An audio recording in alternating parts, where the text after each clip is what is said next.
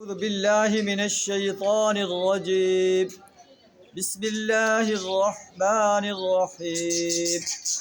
إن إبراهيم كان أمة قانتا لله حنيفا ولم يك من المشركين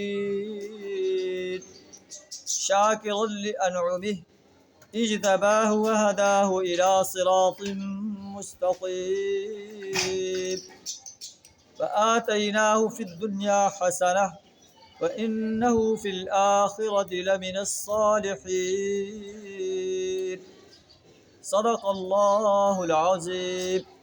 سورہ النحل آیت نمبر 120 تا 122 آپ کے سامنے تلاوت کی ہیں. ان آیات کا ترجمہ کچھ اس طرح ہے کہ ان ابراہیم کان امۃ قانتا للہ، بے شک ابراہیم علیہ السلام اپنی ذات میں ایک پوری امت تھا. قانتا للہ، اللہ کا مطیع فرمان تھا. حنیفہ، اور یکسو ہونے والا انسان تھا. ولم یک من المشرکین، مشرکین میں سے نہیں تھا. شاکرا لانعمہ، اللہ کی نعمتوں کا شکر ادا کرنے والا تھا. اجتباہ وہداہ الی صراط مستقیم، اللہ نے اس کو منتخب کر لیا تھا اور سیدھا راستہ دکھایا تھا. وآتیناہ فی الدنیا حسنہ، ہم نے دنیا میں اس کو بھلائی دی. وإنہ فی الآخرۃ لمن الصالحین، اور وہ آخرت میں صالح انسانوں میں سے ہوگا. یہ ابراہیم علیہ السلام کا واقعہ بیان فرما کر قریش مکہ کو خبردار کیا جا رہا ہے کہ تم جو کہتے ہو کہ ہم ملت ابراہیم کے پیرو ہیں. ابراہیم علیہ السلام تو اللہ کا فرمانبردار انسان تھا، اللہ کے ساتھ شریک ٹھہرانے والا نہیں تھا. تم نے بیت اللہ کے اندر 360 بت رکھے ہوئے ہیں اور انہیں اللہ کا شریک ٹھہراتے ہو. یہ کیسے تم ابراہیم علیہ السلام کے پیرو ہونے کا دعویٰ کر سکتے ہو؟ شاکرا لانعمہ، اللہ کی نعمتوں کا شکر ادا کرنے والا تھا. تمہارے پاس اللہ کی نعمت اللہ کے رسول صلی اللہ علیہ وسلم کی شکل میں آئی ہے جو تمہیں دنیا و آخرت کی فلاح کی دعوت دے رہا ہے.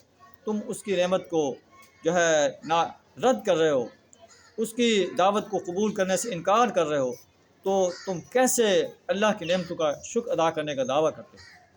ہم نے اسے دنیا میں بھلائی عطا کی، آخرت میں بھی وہ سارے انسانوں میں سے ہوگا. تو تمہیں اپنے دعوے کی سچائی میں ابراہیم علیہ السلام کا سچا پیرو بننے کی کا اعلان کرنا چاہیے.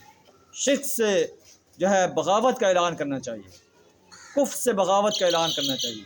اللہ اور اس کے رسول صلی اللہ علیہ وسلم کی دعوت ہے اس کو قبول کرنے کا اعلان کرنا چاہیے.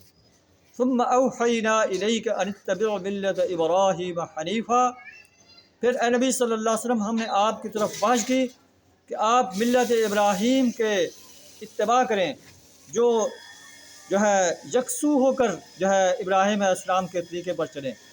وما کان من المشرکین، ابراہیم بھی یکسو انسان تھا، مشرک انسانوں میں سے نہیں تھا.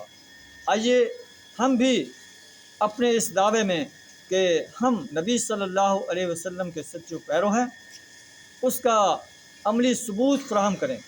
اللہ زندگی کے ہر شعبے میں اللہ اور اس کے رسول صلی اللہ علیہ وسلم کی اتباع کریں، اس کا عملی مظاہرہ کریں اور یوم حساب کے لیے تیاری کریں.